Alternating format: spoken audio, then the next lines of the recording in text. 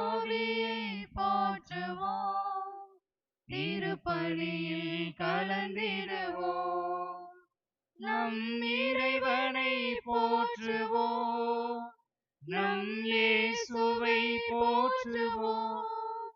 தூய ஆவியை போற்றுவோம், திருப்பலியில் கலந்திடுவோம். ஒன்று கூடுவோம், ஒன்றை பாடுவோம், ஆண்டவர் இயேசுவின் பலியில் இணைவோம். இயேசுவின் குருசுமலை தாயினுடைய பாதத்தில் நாம் நிகழ்த்துகிற இந்த பலியிலே கலந்து கொண்டிருக்கிற நம் அனைவருடைய தேவைகளுக்காக மன்றாட்டுகளுக்காக ஜெபிப்போம். மேலும் இந்த வழியிலே அகரகத்தை சார்ந்த ஜான் பால் அருள் அனிதா இவருடைய குடும்பத்திற்கு கடவுள் செய்து வருகிற நன்மைகளுக்கு நன்றியாகவும், இன்று 12வது பிறந்த நாளை கொண்டாடுகிற நியூலன் ஆண்டோவை கடவுள் நிரம்ப ஆசிர்வதிக்கும்படியாக, தொழில் முன்னேற்றத்திற்காக, குடும்ப சமாதானத்திற்காக, குடும்பத்தில் உள்ள அனைவருடைய உடல் உள்ள ஆன்ம சுகத்திற்காக ஜெபிக்கிறார்கள். நாமும் இந்த வழியிலே நம்முடைய தேவைக்காகவும் நம்மவருடைய தேவைக்காகவும் பக்தியோடு மன்றாடுவோம். தந்தை மகன் தூய ஆவியாரின் பெயராலே ஆமென். நம் ஆண்டவராகிய இயேசு கிறிஸ்துவின் அருளும் கடவுளின் அன்பும் தூய ஆவியாரின் நட்புறவும் உங்கள் அனைவரோடும் இருப்பதாக. உம் ஆன்மாவோடும் இருப்பதாக.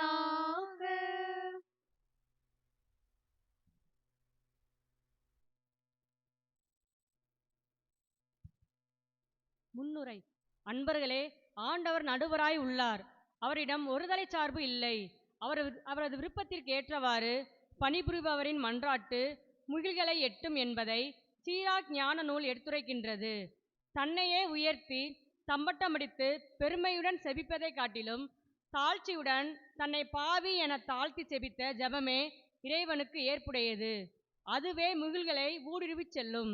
இக்கருத்துக்களை மனதில் பதிவு செய்து இன்றைய வழிபாட்டில் தாழ்ச்சியுடன் நம்மையே இறைவனிடம் ஒப்பு கொடுத்து அவரின் ஆற்றலை வேண்டி நம்பிக்கையுடன் பங்கு கொள்வோம். தூய மறை நிகழ்வுகளை கொண்டாட நாம் தகுதி பெறும் பொருட்டு தடையாக இருக்கக்கூடிய நம்முடைய பாவங்களை ஏற்றுக்கொள்வோம்.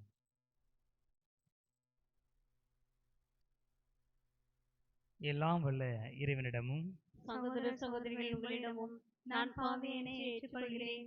ஏனெனில் என் சிந்தனையாலும் சொல்லாலும் செயலாலும் கடமைகள் தவறியதாலும் பாவங்கள் பல செய்தேன். என் பாவமே என் பாவமே என் பெரும்பாவமே.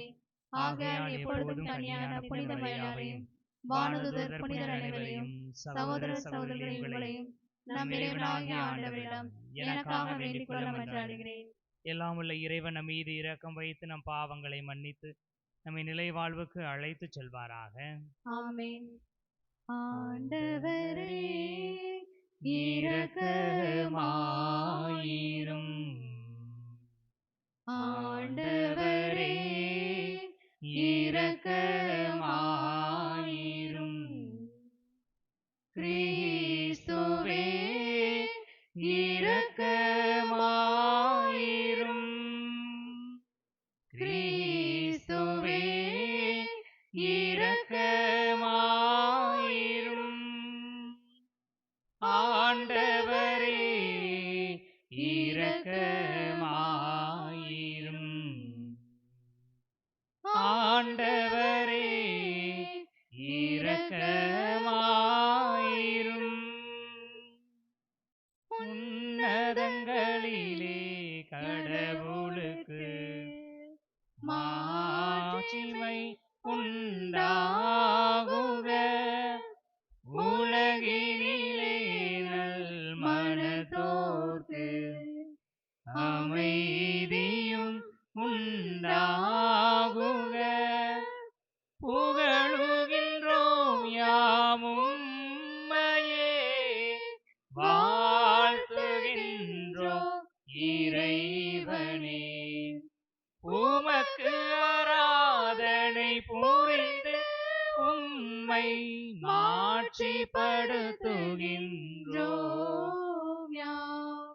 உமது மேலான மாட்சியின் பொருட்டு உமக்கு நன்றி கூறுகின்றோம். ஆண்டவராகிய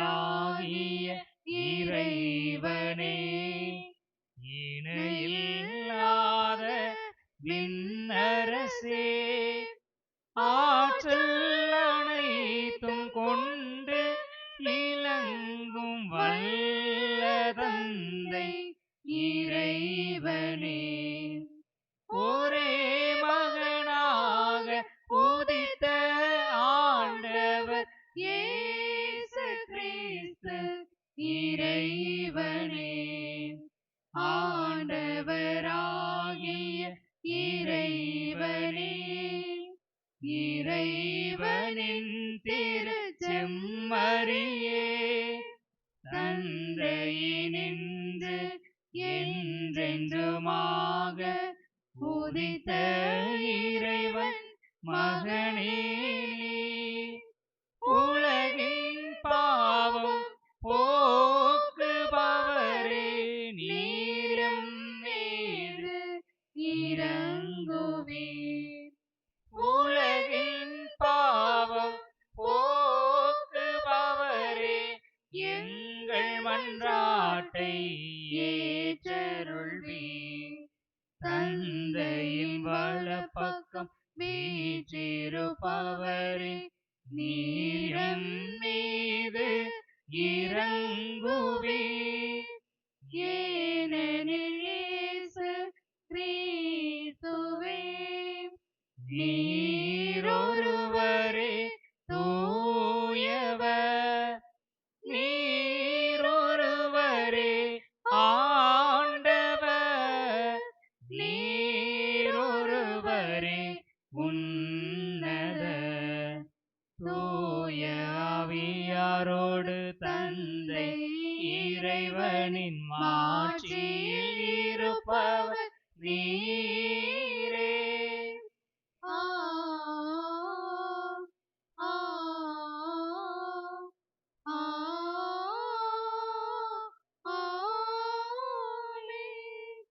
மன்றாடுவோமாக.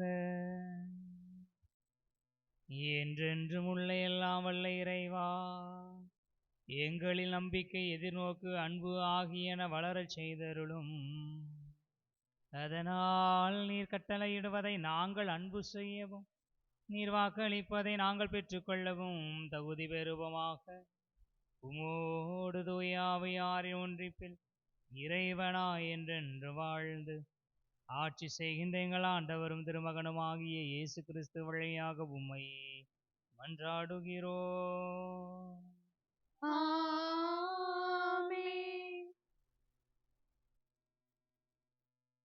இன்றைய முதல் வாசகத்தில் சீராக் ஆண்டவரின் விருப்பத்திற்கு ஏற்றவாறு பணி செய்வோர் ஏற்றுக்கொள்ளப்படுவர், அவர்களின் மன்றாட்டு முகில்களை எட்டும் என்று சொல்கின்றார்.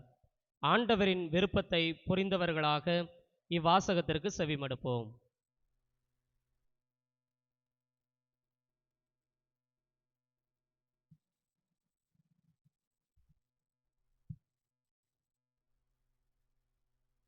முதல் வாசகம். தங்களை தாழ்த்துவோரின் வேண்டுதல் முகில்களை ஊடுருவிச் செல்லும். சீராக்கின் ஞான நூலிலிருந்து வாசகம். 35வது அதிகாரம் 12 முதல் 14, மேலும் 16 முதல் 18 முடிய இறை வார்த்தைகள். ஆண்டவர் நடுவராய் இருக்கிறார். அவரிடம் ஒருதலை சார்பு என்பதே கிடையாது. அவர் ஏழைகளுக்கு எதிராய் எவரையும் ஒருதலை சார்பாய் ஏற்க மாட்டார். தீங்கிழைக்கப்பட்டோரின் மன்றாட்டை கேட்பார். கைவிடப்பட்டோரின் வேண்டுதலை புறக்கணியார். தம்மிடம் முறையிடும் கைம்பெண்களை கைவிடார். ஆண்டவரின் விருப்பத்திற்கு ஏற்றவாறு பணி செய்வோர் ஏற்றுக்கொள்ளப்படுவர். அவருடைய மன்றாட்டு முகில்களை எட்டும். தங்களை தாழ்த்தோரின் வேண்டுதல்கள் முகில்களை ஊடுருவிச் செல்லும். அது ஆண்டவரை அடையும் வரை அவர்கள் ஆறுதல் அடைவதில்லை. உன்னத இறைவன் சந்திக்கும் வரை அவர்கள் நற்பயிற்சியில் தளர்ச்சி அடைவதில்லை. அவர் நீதிமான்களுக்கு தீர்ப்பு வழங்குகிறார், தம் தீர்ப்பை செயல்படுத்துகிறார். இது ஆண்டவர் வழங்கும் அருள்வாக்கு. இறைவனுக்கு நன்றி. இமை பொழுதேனும் என்னை பிரியாமல் காக்கும் நல் தேவனாக, எல்லாமும் தந்து என்னோடு இருக்கும் இயேசுவே வாழ்க வாழ்க. இயேசுவே வாழ்க வாழ்க. இயேசுவே வாழ்க வாழ்க. இமை பொழுதேனும் என்னை பிரியாமல் காக்கும் நல் தேவனாக, எல்லாமும் தந்து என்னோடு இருக்கும் இயேசுவே வாழ்க வாழ்க. இயேசுவே வாழ்க வாழ்க. இயேசுவே வாழ்க வாழ்க. இயேசுவே உமது பெயரை சொன்னாலே இதயத்தின் கவலைகள் மறையுதையா. நெஞ்சினில் உமையே நினைக்கின்ற போது உள்ளத்தில் அமைதி பிறக்கின்றது. இயேசுவே உமது பெயரை சொன்னாலே இதயத்தின் கவலைகள் மறையுதையா. நெஞ்சினில் உமையே நினைக்கின்ற போது உள்ளத்தில் அமைதி பிறக்கின்றது. நலம் தரும் நல்லவரே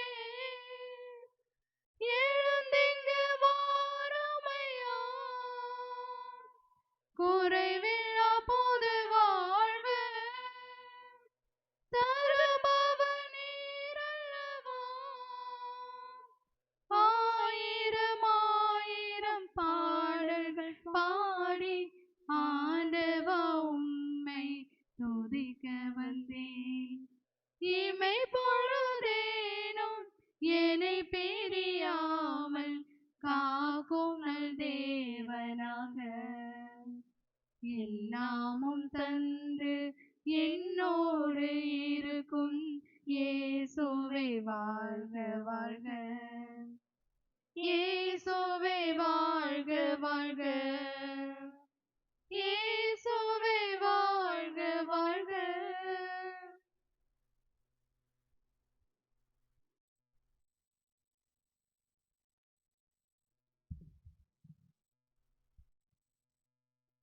எனக்கென வைக்கப்பட்டிருப்பது நேரிய வாழ்வுக்கான வெற்றி வாகையே. திருத்தூதர் பவுல் திமோத்தேயுக்கு எழுதிய 2ஆம் திருமுகத்திலிருந்து வாசகம். அதிகாரம் 4 வசனங்கள் 6 முதல் 8 முடிய, மேலும் 16 முதல் 18 முடிய. அன்பிற்குரியவரே, நான் இப்போதே என்னை பலியாக படைக்கிறேன். நான் பிரிந்து செல்ல வேண்டிய நேரம் வந்துவிட்டது. நான் நல்லதொரு போராட்டத்தில் ஈடுபட்டேன். என் ஓட்டத்தை முடித்துவிட்டேன். விசுவாசத்தை காத்து கொண்டேன். இனி எனக்கென வைக்கப்பட்டிருப்பது நேரிய வாழ்வுக்கான வெற்றி வாகையே. அதை இறுதி நாளில் ஆண்டவர் எனக்கு தருவார்.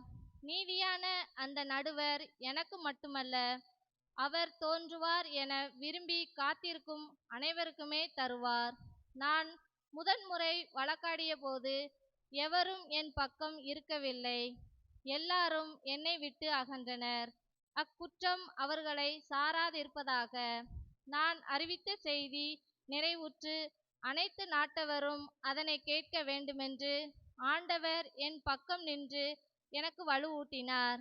சிங்கத்தின் வாயிலிருந்தும் என்னை விடுவித்தார். தீங்கு அனைத்திலிருந்தும் அவர் என்னை விடுவித்து தம் விண்ணரசில் சேர்த்து எனக்கு மீட்பளிப்பார். அவருக்கே என்றென்றும் மாட்சி உரித்தாகுக. ஆமென். இது ஆண்டவர் வழங்கும் அருள்வாக்கு. இறைவனுக்கு நன்றி. அல்லேலூயா. அல்லேலூயா. அல்லேலூயா. அல்லேலூயா. அல்லேலூயா. அல்லேலூயா. அல்லேலூயா. அல்லேலூயா. அல்லேலூயா. அல்லேலூயா. அல்லேலூயா. அல்லேலூயா. கடவுள் கிறிஸ்துவின் வாயிலாக உலகினரை தம்மோடு ஒப்புரவாக்கினார். அந்த ஒப்புரவு செய்தியை அவரே எங்களிடம் ஒப்படைத்தார். அல்லேலூயா. அல்லேலூயா. அல்லேலூயா. அல்லேலூயா. அல்லேலூயா. ஆண்டவர் உங்களோடு இருப்பாராக. உம் ஆன்மாவோடு லூக்கா எழுதிய தூய நற்செய்தியிலிருந்து வாசகம். ஆண்டவரே மாட்சி உமக்கே.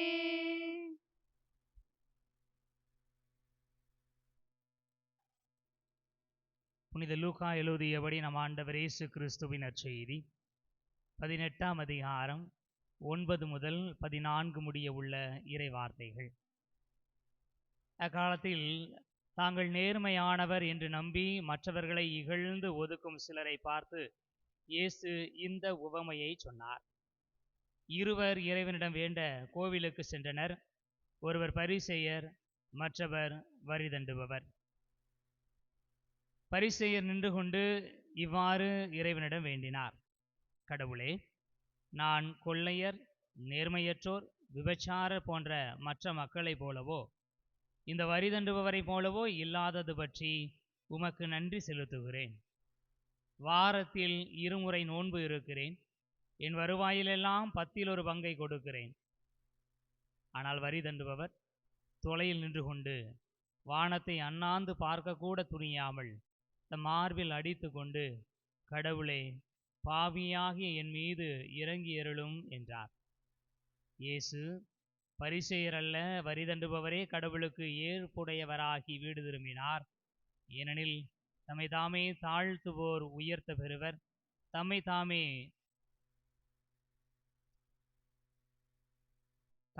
உயர்த்துவோர் தாழ்த்த பெறுவர், தம்மை தாமே தாழ்த்துவோர் உயர்த்த பெறுவர் என நான் உங்களுக்கு சொல்லுகிறேன் என்றார். ஆண்டவரின் அருள்வாக்கு. கிறிஸ்துவே உமக்கு புகழ்.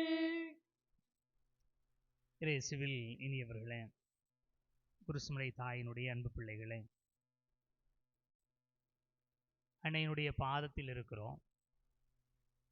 இன்றைய வாசகங்கள் நமக்கு கடவுள் ஒருதலை சார்பாக செயல்படுவது கிடையாது என்று சொல்லுகிறது. கடவுள் எல்லாருக்குமே இறங்குகிறார், எல்லா வேலைகளிலும் இறங்குகிறார். அவர் ஒருதலை சார்பாக நடந்து கொள்வதில்லை என்று சொன்னால், ஏன் எல்லாருமே ஆசீர்வாதத்தை பெற்றுக்கொள்ளவில்லை?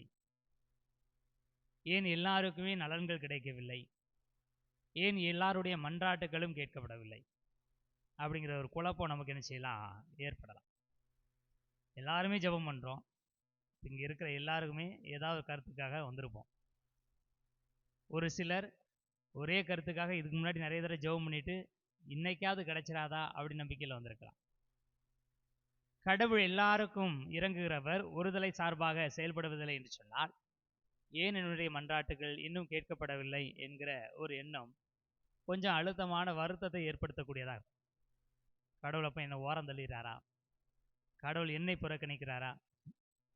அம்மா எல்லாருமே எதையுமே அன்பு செய்வாங்க. அப்படிதான் அம்மாவுக்கு இந்த பிள்ளை பிடிச்ச பிள்ளை, அந்த பிள்ளை பிடிக்காத பிள்ளைலாம் கிடையாது. ஒரு தாய்னா தாய்க்கு எல்லா பிள்ளைகளுமே அவருடைய பிள்ளைகள் தான். ஏன்னா அவங்க தான் கஷ்டப்பட்டு சுமந்தவங்க. ஆனாலும் தாய் மீது பிள்ளைகளை வைக்கிற குற்றச்சாட்டு என்ன? அவன் கேட்டா அவ கேட்டா கொடுக்குறிய, நான் கேட்டால் எதாவது கொடுக்குறியா? எனக்காக அப்பாட்ட என்னைக்காவது நீ சப்போர்ட் பண்ணியிருக்கியா, பேசியிருக்கியா அப்படின்னு சொல்லுவோம். தாய் என்றால் எல்லார் மீதும் பிள்ளைகள் மீது பரிவு காட்டுகிறது என்று சொன்னால் தாயிட்ட பாகுபாடு இருக்குது. அப்போ தாயிட்ட பாகுபாடு இருக்கிறது என்று சொன்னால் கடவுளிடம் பாகுபாடு இருக்கும். ஒருதலை சார்பாக இருக்க மாட்டார்னு சொல்லி விவிலியம் சொல்லுகிறது. ஆனால் அந்த மனுஷன் என்ன செய்கிறாரு? ஆளுக்கு ஏத்தாக்களை நடந்துக்கிறாரோ அப்படிங்கிற ஒரு எண்ணம் நம்மிடம் இல்லாமல் இல்லை. இனி இவர்களே, என்னுடைய ஜெபம் கேட்கப்படவில்லை என்பதனால்தான், நான் தொடர்ந்து கேட்டுக்கொண்டிருந்த காரியம் எனக்கு கிடைக்கவில்லை என்பதனால்தான் நம்ம என்ன ஒரு நிலைப்பாட்டுக்கு வரோம், அப்போ கடவுள் ஆள் பார்த்து செயல்படுவார் அப்படின்னு நினச்சிக்கிறோம். இன்றைய முதல் வாசகம் கடவுள் ஒருதலை சார்பாக செயல்படுவதில்லை என்று சொல்லிவிட்டு நம்முடைய ஜெபங்கள் ஏன் கேட்கப்படவில்லை என்பதற்கான காரணத்தையும் சொல்லித்தருகிறார். இனியவர்களே, அடிபடுகிறவர்கள், வாழ்க்கையிலே துன்பப்படுகிறவர்கள் முறையிடுகிற பொழுது கடவுள் நிச்சயமாக கேட்பார். இதனை ஒருபோதும் என்ன செய்ய முடியாது, மறுக்க முடியாது. நம்முடைய வாழ்க்கையில நீங்கள் துன்பப்பட்ட சமயங்களில், வேதனைப்பட்ட சமயங்களில் அந்த வேதனையை தீர்ப்பதற்கு ஏதாவது ஒரு வழிகளை நீங்களோ அல்லது மற்றவரோ கொடுத்திருப்பார்கள். ஆனால் மற்ற மன்றாட்டுகளுக்கு நமக்கு நேரம் தனித்தே போகும். வசதி வாய்ப்புகளுக்காக அல்லது நாம் விரும்பக்கூடிய ஒரு வாய்ப்புக்காக கேட்கிற ஒரு காரியங்கள் கிடைக்காம போகும். அதுக்கு என்ன காரணம் என்று சொல்லி முதல் வாசகமே சொல்லுகிறது. யார் ஒருவர் கடவுளுடைய விருப்பத்திற்கு ஏற்றவாறு பணி செய்கிறார்களோ, செயல்படுகிறார்களோ, வாழ்கிறார்களோ, அவர்களுடைய மன்றாட்டு முகில்களை ஏற்றுகிறது. அந்த காலத்துல மேகம் எங்க இருக்குதோ அங்கதான் வானம் இருக்கு அப்படின்னு. உயரமா இருக்கிற மேகத்தின் அடிப்படையில யாரெல்லாம் கடவுளுடைய விருப்பத்திற்கு இணங்க செயல்படுகிறார்களோ அவங்க மன்றாட்டு முகில்கள் வரை போகிறது, வானத்துக்கு வரை போகிறது, அவருடைய மன்றாட்டு கடவுள் பக்கத்துல வரைக்கும் போகுது அப்படின்னு. அடுத்த இறை வார்த்தை சொல்லுகிறது, தங்களை தாழ்த்துகிறவருடைய மன்றாட்டு அந்த முகில்களையும் ஊடுருவி கொண்டு கடவுளிடம் போகிறது. அப்ப என்னுடைய மன்றாட்டு கேட்கப்படவில்லை என்று சொன்னால் கடவுள் கேட்கல அப்படின்னு இல்லை, என் மன்றாட்டு போய் சேரல. நீங்க கடிதம்லாம் எழுதிட்டீங்க ஆனா சென்ட் பண்ணல, அல்லது தவறான ஒரு விலாசத்துக்கு அனுப்பி வச்சிட்டீங்க. நீங்கள் எந்த விலாசத்துக்கு அனுப்புகிறீங்களோ, எந்த முகவரிக்கு உங்களுடைய கடிதங்களை அனுப்புகிறீங்களோ அங்கதான் போய் சேரும். சில நேரங்களில் வாட்ஸ்அப்ல ஒரு அவசரத்தில் நினைச்சிருவோம், மெசேஜ் அனுப்புமச்சில் அதே பேரு கொண்ட வேற யாருக்கா அனுப்பி விட்டுருவோம். அனுப்பிட்டு பதில் வரலையே காத்துட்டு இருப்போம். இல்லைன்னா மெசேஜ் டைப் பண்ணியிருப்போம், அவசரத்தில் அந்த சென்ட் பட்டன் தட்டாமலே அமைதியாக விட்டுருப்போம். ரொம்ப நேரம் கழிச்சு பார்த்தோம்னா ஐயோ இன்னும் அமுக்காம விட்டுருக்கோமே அப்படின்னு. அது மாதிரி நாம் கடவுளிடம் வேண்டிக் கொண்டுதான் இருக்கிறோம், செபித்து கொண்டுதான் இருக்கிறோம். ஆனால் நம்முடைய ஜெபங்கள் முகில்கள் வரை ஓரளவு கெட்டுக்கிறதே தவிர அதை ஊடுருவி பல நேரங்களில் செல்வதில்லை. ஏன்னா நம்முடைய மன்றாட்டுகளில் பல நேரங்களில் தாழ்ச்சி இல்லை. கடவுள் ஆள் பார்த்து செயல்படுபவர் அல்ல, ஒருதலை சார்பாக இருப்பவர் அல்ல. ஆனா நீங்க கேட்டது அங்க போய் சேர்ந்தாதானே உண்டு. சேரலைன்னா நீங்க அப்பாட்ட கேட்டா உங்களுக்கு காசு கிடைக்கும், அப்பாட்ட கேட்குற மாதிரி சத்தமா காதுல சொல்லணும். நீங்க பயத்துல முடங்கிட்டு வந்துட்டீங்கன்னா, அப்பாவுக்கு தெரியாதா அப்படின்னு நினைச்சீங்கன்னா இங்க கேட்கணும்ல. அப்போ கேட்கிற மன்றாட்டுகள், ஆண்டவரை சேருகிற மன்றாட்டுகளுக்கு கடவுள் பதில் கொடுக்கிறார். இனியவர்களே, விவிலியத்திலே கடவுள் மிக தெளிவாக சொல்லுகிறார், என் செவியில் படும்படி நீங்கள் சொன்னவற்றை உங்களுக்கு செய்வேன். அப்போ கடவுளுக்கு நம்முடைய மன்றாட்டுகள் போய் சேர்ந்திருக்கா இல்லையா அப்படின்னு நமக்கு தெரியல. கடவுளிடம் நம்முடைய மன்றாட்டுகளை எழுப்பி கொண்டே இருக்கிறோம், பேசிக்கிட்டே இருக்கிறோம். ஆனா அது போய் சேர்ந்துச்சா?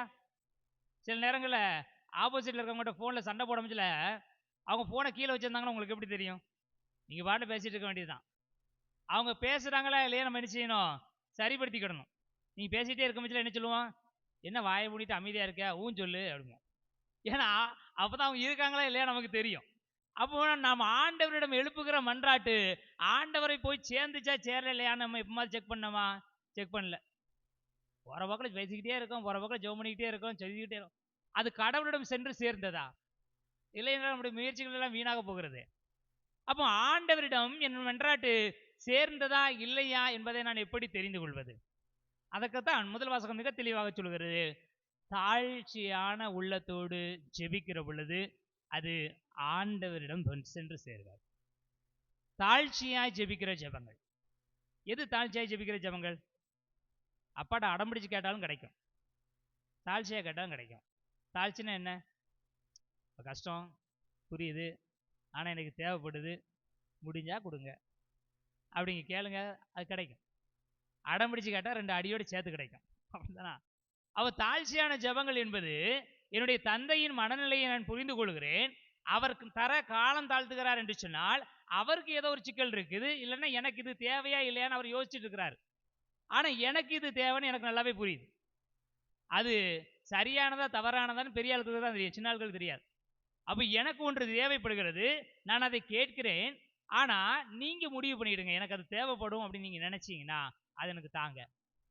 உங்களுக்கு இப்ப கொடுக்க முடிய சூழ்நிலை இருந்துச்சுன்னா நீங்க கொடுங்க அப்படின்னு அப்பாட்ட கேட்டோம்னா அது தாழ்ச்சி, அது மிரட்டுறது கிடையாது.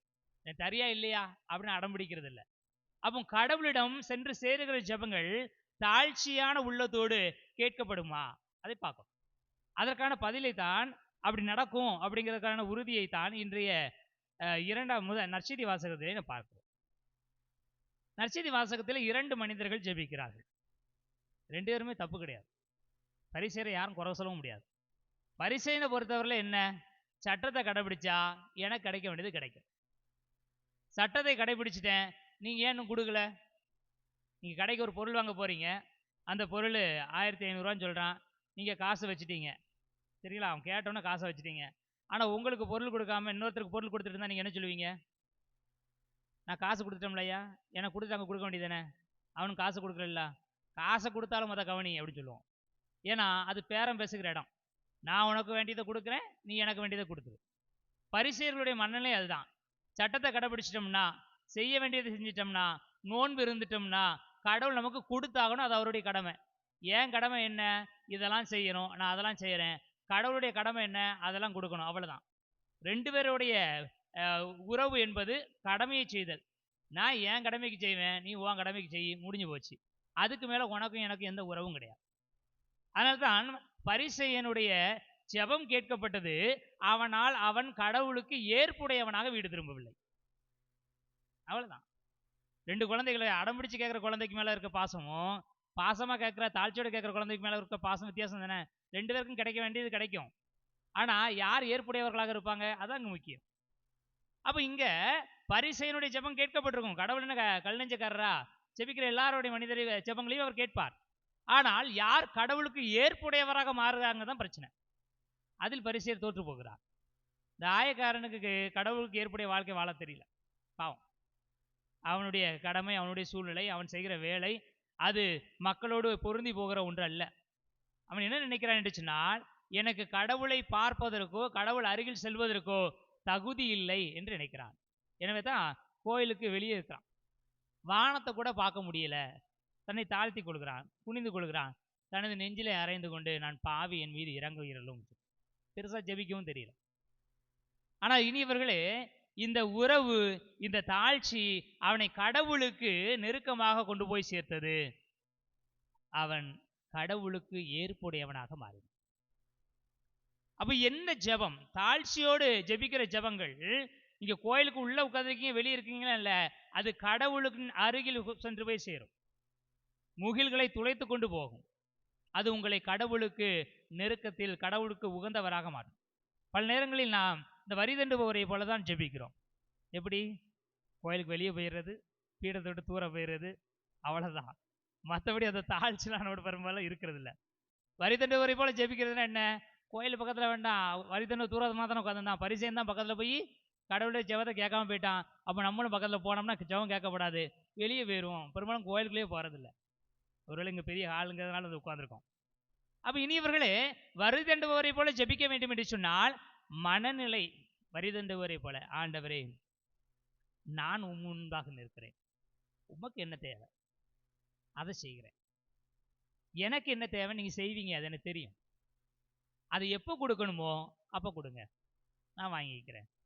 ஆனால் இது எனக்கு தேவைப்படுது, அதை கூட சொல்லிடுறேன்.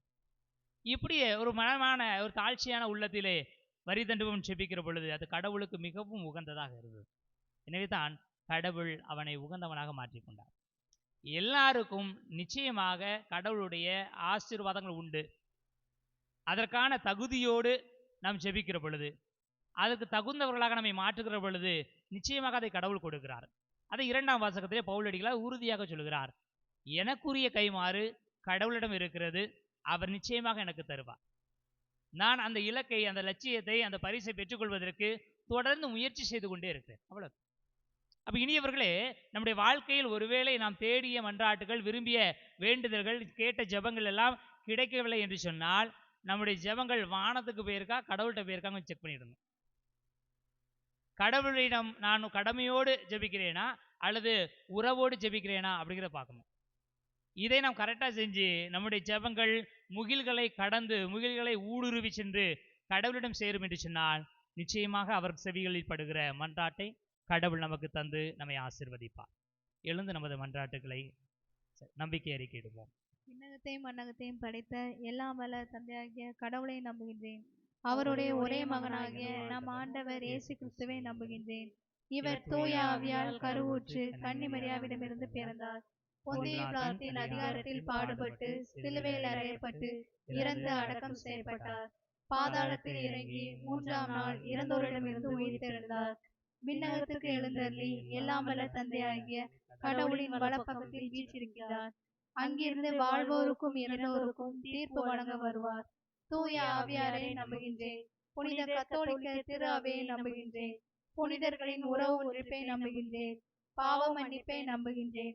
உடலின் உயிர்ப்பை நம்புகின்றேன், நிலைவாழ்வை நம்புகின்றேன். ஆமென்.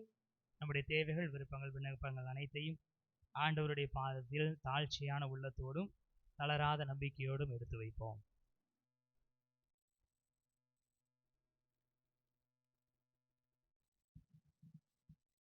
வழிநடத்தும் இறைவா, எம் திரு அவை வழிநடத்தி வரும் திருத்தந்தை 14ஆம் லியோன், எமது பேராயர், ஏனைய ஆயர்கள், குருக்கள், துறவியர், பொதுநிலையினர் ஆகிய அனைவரும் திருத்தூதர் பவுலை அடியார் போல இறைப்பணியில் தங்களை அர்ப்பணிக்க தேவையான ஞானத்தை அருள வேண்டுமென்று இறைவா உம்மை மன்றாடுகிறோம். எல்லாம் வல்ல இறைவா, எங்கள் மன்றாட்டை கேட்டருளும்.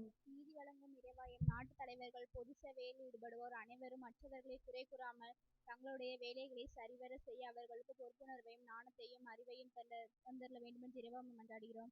எல்லாம் வல்ல இறைவா, எங்கள் மன்றாட்டை கேட்டருளும். அருளும் இரக்கமும் கொண்ட இறைவா, தாழ்ச்சியுள்ள இதயத்தோடு ஜெபிக்கும் எங்கள் அனைவரின் ஜெபத்தை ஏற்று எங்கள் வாழ்வு வளம் பெற்று பிறருக்கு நன்மை செய்யும் நல் மனத்தை தர வேண்டும் என்று இறைவா உம்மை மன்றாடுகிறோம். எல்லாம் வல்ல இறைவா, எங்கள் மன்றாட்டை கேட்டருளும். செல்சாய்க்கும் இறைவா, உலகெங்கும் மறைபரப்பு பணியில் ஈடுபட்டுள்ள அனைவருக்காகவும் வேண்டுகின்றோம்.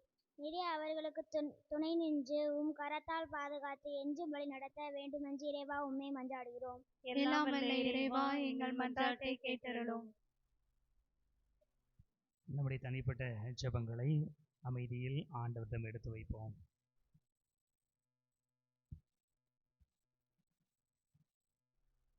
பேரிரக்கம் கொண்ட அன்பான எங்கள் ஆண்டவரே, எங்களுடைய விண்ணப்பங்களை, ஜெபங்களை, விருப்பங்களை, தேவைகளை எல்லாம் உடைய பாதத்தில் நம்பிக்கையோடு எடுத்து வைத்திருக்கிறோம்.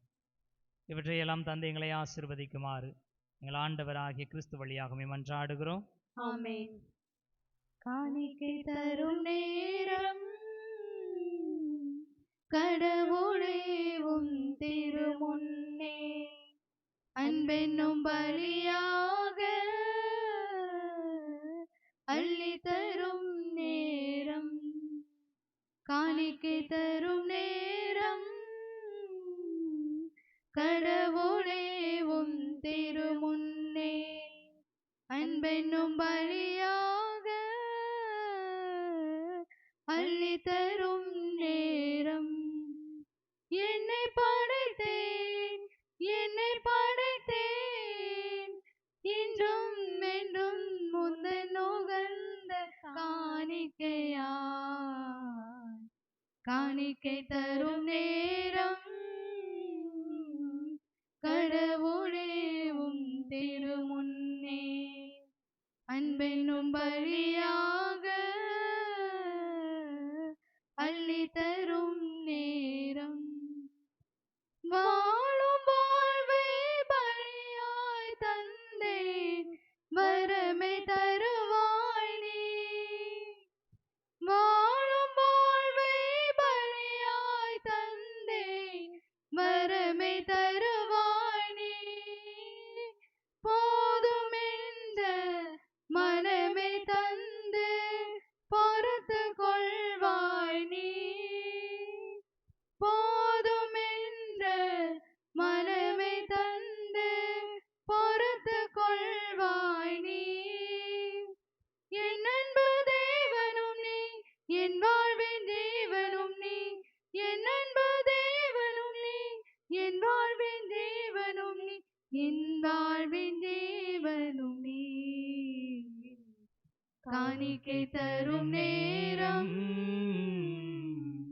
கடவுளே உம் திருமுன்னே அன்பென்னும் பலியாக அள்ளி தரும் நேரம். சகோதர சகோதரிகளே, என்னுடையது உங்களுடையதுமான பலி எல்லாம் வல்ல தந்தையாக இறைவனுக்கு ஏற்றதாகும்படி மன்றாடுங்கள். ஆண்டவர் தமது திருப்பேரின் புகழ்ச்சிக்காகவும் மாட்சிக்காகவும் நமது நன்மைக்காகவும் புனித திரு அவையின் அனைத்து நலன்களுக்காகவும் உமது கையிலிருந்து பலியை ஏற்றுக்கொள்வாராக. ஆண்டவரே, மாட்சிக்கு உரிய உமக்கு நாங்கள் அளிக்கும் காணிக்கையை கண்ணோக்கி இரள உம்மை வேண்டுகிறோம். இவ்வாறு நாங்கள் நிறைவேற்றும் இத்திருப்பணி எங்களை உமது மாட்சிக்கு இட்டுச் செல்வதாக எங்கள் ஆண்டவராகிய கிறிஸ்து வழியாக உம்மை மன்றாடுகிறோம். ஆமென். ஆண்டவர் உங்களோடு இருப்பாராக. உம் ஆன்மாவோடும் இருப்பாராக. இதயங்களை மேலே எழுப்புங்கள். ஆண்டவரிடம் எழுப்பியுள்ளோம். நம் இறைவனாகிய ஆண்டவருக்கு நன்றி கூறுவோம்.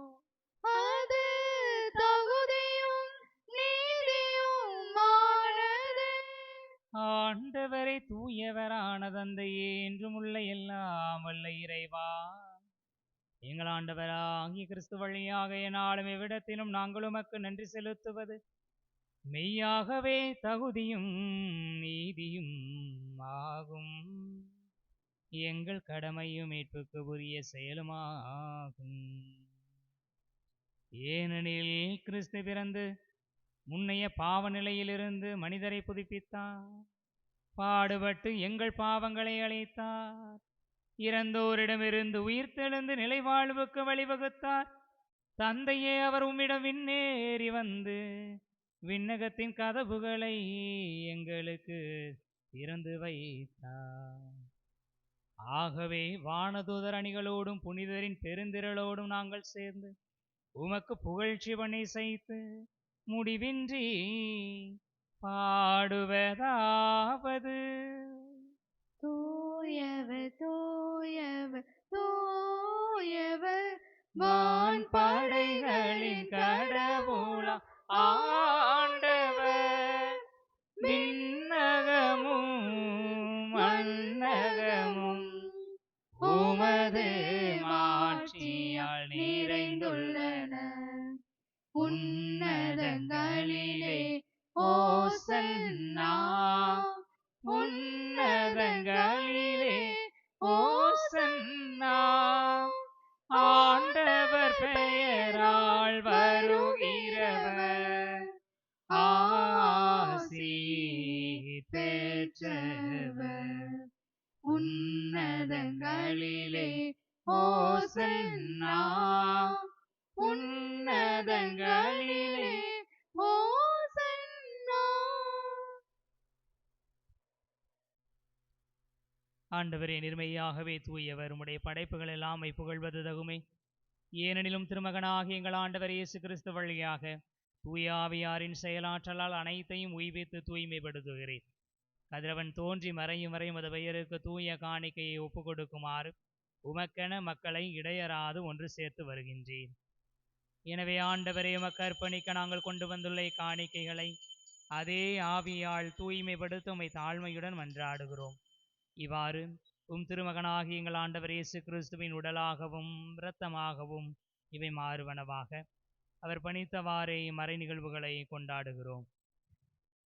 ஏனெனில் அவர் காட்டிக் கொடுக்கப்பட்ட இரவில் அப்பத்தை எடுத்து உமக்கு நன்றி செலுத்தி ஆசி வழங்கி அதை பிட்டு தம் சீடர்களுக்கு அளித்து அவர் கூறியதாவது: அனைவரும் இதிலிருந்து பெற்று உண்ணுங்கள், ஏனெனில் இது உங்களுக்காக கையளிக்கப்படும் என் உடல்.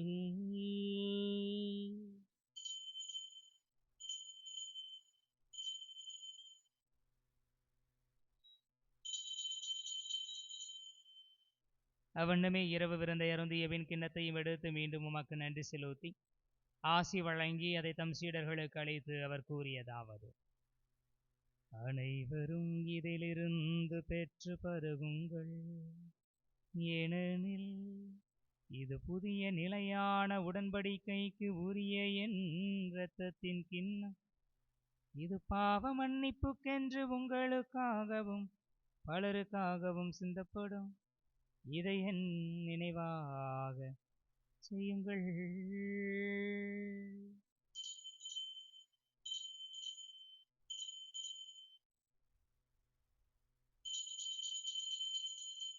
நம்பிக்கையின் வரை பொருள்.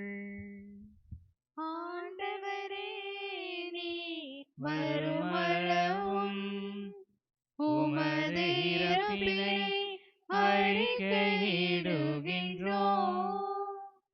உமது உயிர்ப்பினையும் எடுத்துரைக்கின்றோம். ஆகவே ஆண்டவரே, உம் திருமகனின் மீட்பு அளிக்கும் பாடுகளையும் வியப்புக்குரிய உயிர்ப்பையும் விண்ணேற்றத்தையும் நாங்கள் நினைவு கூறுகின்றோம். இவர் மீண்டும் வருவார் என எதிர்பார்த்திருக்கும் நாங்கள் இப்புனிதமான உயிருள்ள பலியை நன்றி செலுத்தி உமக்கு ஒப்புக் கொடுக்கின்றோம். உமது திரு அவையின் காணிக்கையை கண்ணோக்கியருளுமே மன்றாடுகிறோம். இவ்வழியினால் நீர் உளம் கனிய திருவுளமானீர்.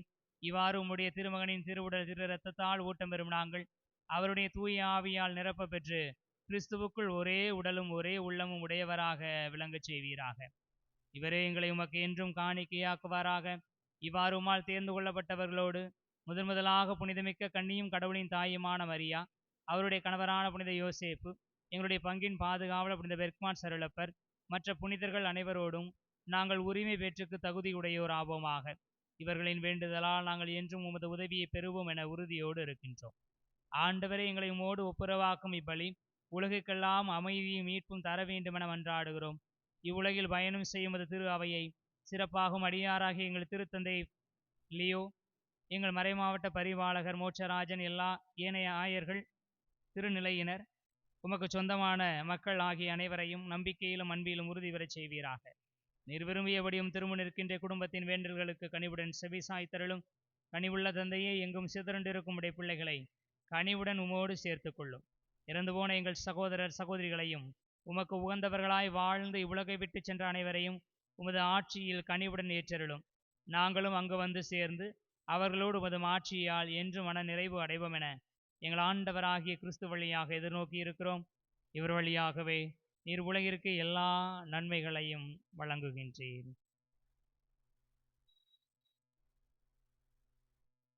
இவர் வழியாக இவரோடு இவரில் எல்லாம் வல்ல இறைவனாகிய தந்தையே,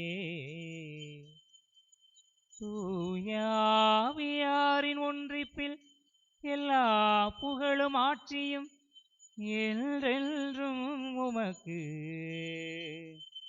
உரியதே.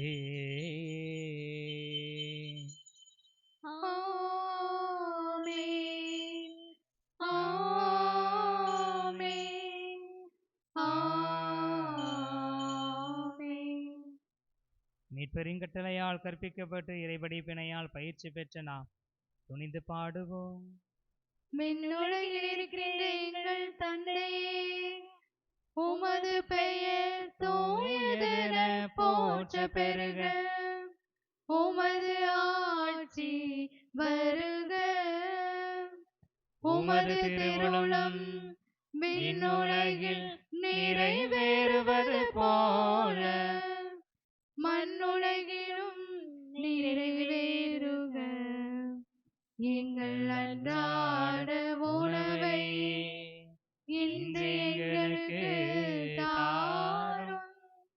எங்களுக்கு எதிராக குற்றம் செய்வோரை நாங்கள் மன்னிப்பது போல எங்கள் குற்றங்களை மன்னியும். எங்களை சோதனைக்கு உட்படுத்தாதையும் தீமையிலிருந்து எங்களை விடுவித்தருளும். ஆண்டவரை, தீமை அனைத்திலுமிருந்து எங்களை விடுவித்து எங்கள் வாழ்நாளில் அமைதியை கனிவுடன் அருளவும் உம்மை மன்றாடுகிறோம். உமது இரக்கத்தின் உதவியால் நாங்கள் பாவத்திலிருந்து எப்போது விடுதலை பெற்று யாதொரு கலக்கமுமின்றி நலமாயிருப்போமாக. நாங்கள் இது நோக்கி இருக்கும் பேரின்பத்துக்காகவும் எமீட்பராகிய இயேசு கிறிஸ்துவின் வருகைக்காகவும் காத்திருக்கின்றோம். ஏனெனில் ஆட்சியும் வல்லமையும் மாட்சியும் என்றென்றும் உமதே. ஆண்டவரே இயேசு கிறிஸ்துவே, அமைதியை உங்களுக்கு விட்டுச் செல்கிறேன், என அமைதியையே உங்களுக்கு அளிக்கின்றேன் என்று உம் திருத்தூதர்களுக்கு மொழிந்தீரே. எங்கள் பாவங்களை பாராமல் உமது திரு அவையின் நம்பிக்கையை கண்ணோக்கி உமது திருவுளத்திற்கு ஏற்ப அதற்கு அமைதியையும் ஒற்றுமையையும் அளித்தருள்வீராக.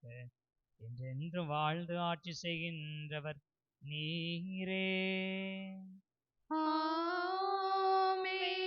ஆண்டவருடைய அமைதி உங்களோடு என்றும் இருப்பதாக. உம் ஆன்மாவோடும் இருப்பதாக. ஆண்டவர் தருகிற அமைதியை ஒருவர் மற்றவரோடு பகிர்ந்து கொள்வோம். உலகின் பாவம் போக்கும் இறைவனின் செம்மறியே, எங்கள் மேல் இரக்கம் வையும். உலகின் பாவம் போக்கும் இறைவனின் செம்மறியே, எங்கள் மேல் இரக்கம் வையும். உலகின் பாவம் போக்கும் இறைவனின் செம்மறியே, எங்களுக்கு அமைதி அருளும். இதோ இறைவனின் செமரி, இதோ உலகின் பாவங்களை போக்குபவர். செமரின் விருந்துக்கு அழைக்க பெற்றோர் பேறு பெற்றோர்.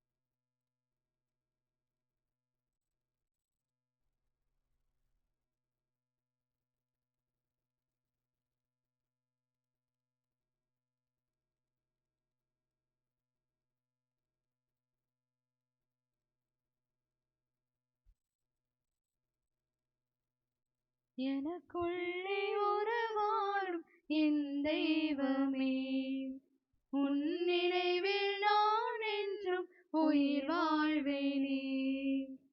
எனக்குள்ளே உறவாடும் என் தெய்வமே, உன் நினைவில் நான் என்றும் உயிர் வாழ்வேனே. உன் பாத சுவடுகளில் என் பயணம் தொடர, நீயாக என்னை மாற்றும் என் நேசமே. உன்னோடு நான் சங்கமிக்கும் வேளையிலே ஆனந்தம் என் வாழ்வில் என்றுமே. உன்னோடு நான் சங்கமிக்கும் வேளையிலே ஆனந்தம் என் வாழ்வில் என்றுமே. எனக்குள்ளே உறவாடும் என் தெய்வமே, உன் நினைவில் நான் என்றும் உயிர் வாழ்வேனே. உன் அன்பே தூய்மையானது என் வாழ்வில், உன் அன்பே உயர்வானது. உன் அன்பே தூய்மையானது என் வாழ்வில், உன் அன்பே உயர்வானது. வாழ்வின் எதிர்ப்புகளில் கலங்கிட மாட்டேன், வாழ்வின் எதிர்ப்புகளில் கலங்கிட மாட்டேன். நம்பிக்கையின் தீபமாய் நீ இருக்கின்றாய். உன்னோடு நான் சங்கமிக்கும் வேளையிலே ஆனந்தம் என் வாழ்வில் என்றுமே. உன்னோடு நான் சங்கமிக்கும் வேளையிலே ஆனந்தம் என் வாழ்வில் என்றுமே. எனக்குள்ளே உறவாடும் என் தெய்வமே, உன் நினைவில் நான் என்றும் உயிர் வாழ்வேனே.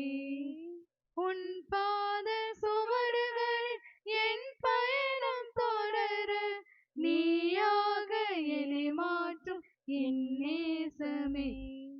உன்னோடு நான் சங்கமிக்கும் வேளையிலே ஆனந்தம் என் வாழ்வில் என்றுமே. உன்னோடு நான் சங்கமிக்கும் வேளையிலே ஆனந்தம் என் வாழ்வில் என்றுமே. கண்களை மூடுவோம். ஆண்டவருக்கு நன்றி சொல்லுவோம்.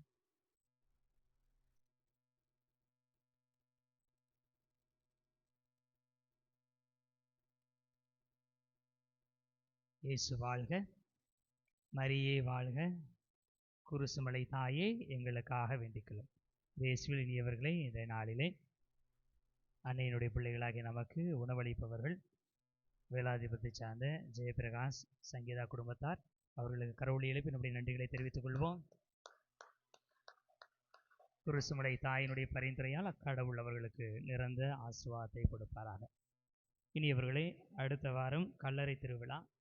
எனவே குருசுமலையிலே திருப்பலி நடைபெறாது. அந்த எல்லாருமே அவங்கவுங்க ஊரில் கல்லறைகளை தயார் செய்வதற்கு செல்ல வேண்டியிருப்பதனால் அடுத்த வாரம் மட்டும் குருசுமலையிலே திருப்பலி நடைபெறாது. அதுக்கு அடுத்த வாரத்திலிருந்து வழக்கம் போல திருப்பலிகள் நடைபெறும்.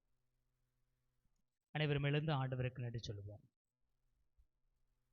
கிறிஸ்து நமக்காக தம்மை நறுமணம் வீசும் பலியாக கடவுளுக்கு ஒப்பு கொடுத்து நம்மை அன்பு செய்தார். நன்றி கூறி மன்றாடுவோமாக. ஆண்டவரை அருள் அடையாளங்கள் தம்முள் கொண்டிருக்கும் அருள் எங்களில் நிறைவு பெற செய்தருளவுமை வேண்டுகிறோம். அதனால் இப்பொழுது அடையாள முறையில் கொண்டாடுவதை நாங்கள் உண்மையாகவே பெற்றுக்கொள்வோமாக.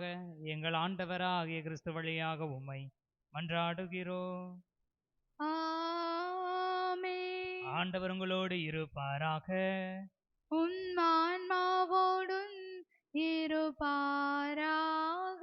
எல்லாம் வல்ல இறைவன் தந்தை மகன் தூய ஆவியார் உங்களுக்கு ஆசி வழங்குவாராக. ஆமென். சென்று வாருங்கள், திருப்பலி நிறைவேறிற்று.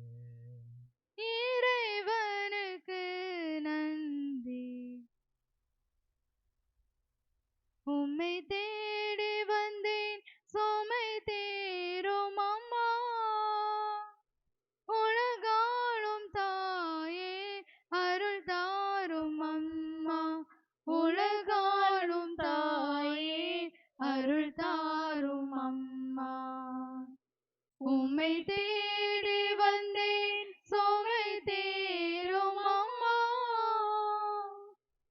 முடமான மகனை நடமாட வைத்தாய்.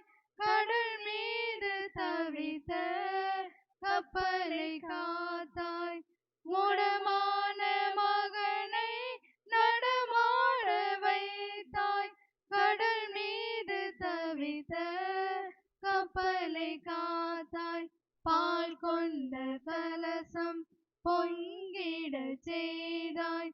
பொருள் கொண்ட சீமான் உன் பாதம் சேர்த்தாய். பொருள் கொண்ட சீமான் உன் பாதம் சேர்த்தாய். உம்மை தேடி வந்தேன்